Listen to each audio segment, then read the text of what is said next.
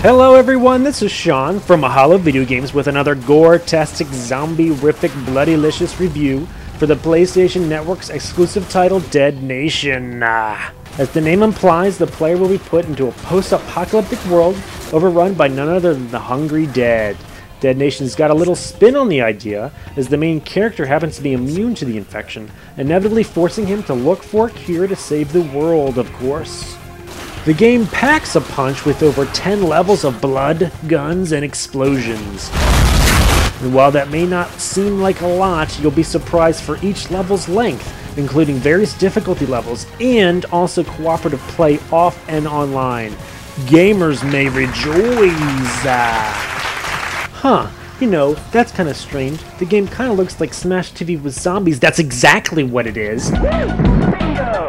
Dead Nation is a salute back to the older games, much like Smash TV, or even the most recent games like the downloadable game Zombie Apocalypse that can be found on both the PlayStation 3 and Xbox 360. And hey, let's not forget Call of Duty's arcade mode Dead Ops.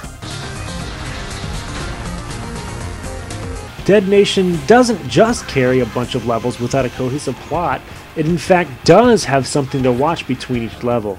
You'll be given a cutscene, or I guess I should say pictures, with a tad bit of motion to them, that'll quickly give a prelude to where you are and what you are doing. And there's not much else to it, the rest is up to its gameplay. The game bird's eye view perspective for the duration of the game will either turn you on or off. It's as simple as that. Luckily for me, I've had a healthy upbringing of visiting arcades and owning a Super Nintendo when I was in my only diapers. So departing back to the classical roots of a shooter is something I can definitely appreciate. It's a simple shooter with simple mechanics. The levels will be cluttered not only by zombies, but unique infected like boomers, tanks, and spitters.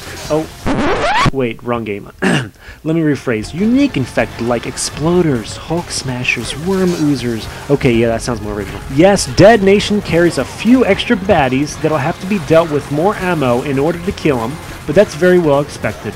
Throughout the levels, you'll locate conveniently placed gun shops where you can upgrade your weapons. And what do you upgrade with, you may ask? Well, I'm so glad I have the answers. Floating orbs, yes. Orbs that float. And we all know that in a post-apocalyptic world, you'll use orbs to buy guns and related upgrades. You can find these orbs in miscellaneous car trunks, as well as in some hidden capsules throughout the city, so look out for those. Speaking of hidden capsules, they provide some pertinent boosts to armor, including power, endurance, stamina, all that great stuff for your survival in the zombie world. For a game that doesn't rely on huge resources for graphics, Dead Nation is a good-looking game. With a dynamic lighting system, an area won't look the same, as the flashlight will be the only means to illuminate your path, creating a gloomy, dank, and haunting atmosphere. There are some cases that being on your tippy toes may not stop from the hordes of the undead, but luckily, you have a variety of weapons that'll keep you around for a little longer. With weapons like grenades and flares, it'll distract enemies for a moment, so you can reload or just take a breather from the sheer chaos. Also, being aware of your surroundings have some incentives for success, as there are various cars carrying alarms ready to go off at any moment. This is also a beneficial distraction with an explosive ending.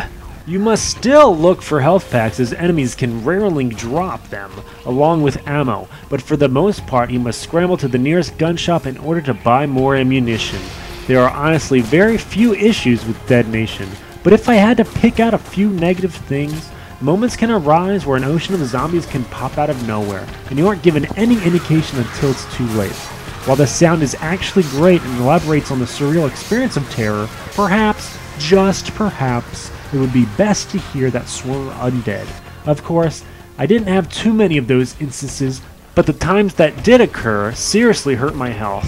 To even counter my own argument though, it makes the game much more intense.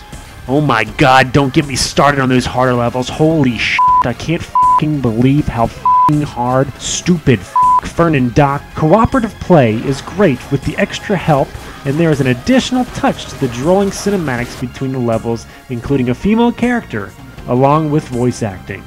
Can't say I have a problem with the voice work.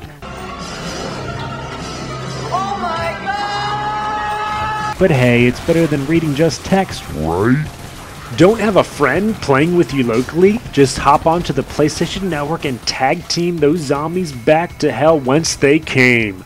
Sadly, there isn't 4 players, but can't you imagine the awesomeness? Honestly, the Smash TV Dead Ops Zombie Apocalypse lookalike shouldn't turn you off. It's great for what it is, and it's just simple fun, with blood, guns, and explosions.